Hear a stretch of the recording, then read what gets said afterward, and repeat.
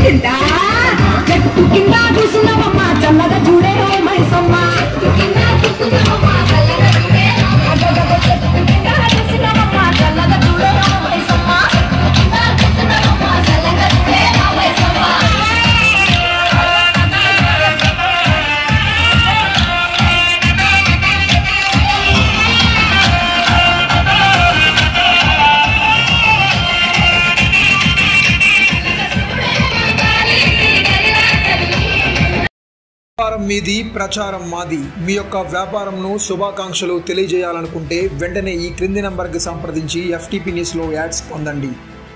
మరిన్ని ఇంట్రెస్టింగ్ వార్తల కోసం లైక్ చేయండి, సబ్స్క్రైబ్ చేయండి, పక్కనున్న బెల్ ఐకాన్ క్లిక్ చేయండి.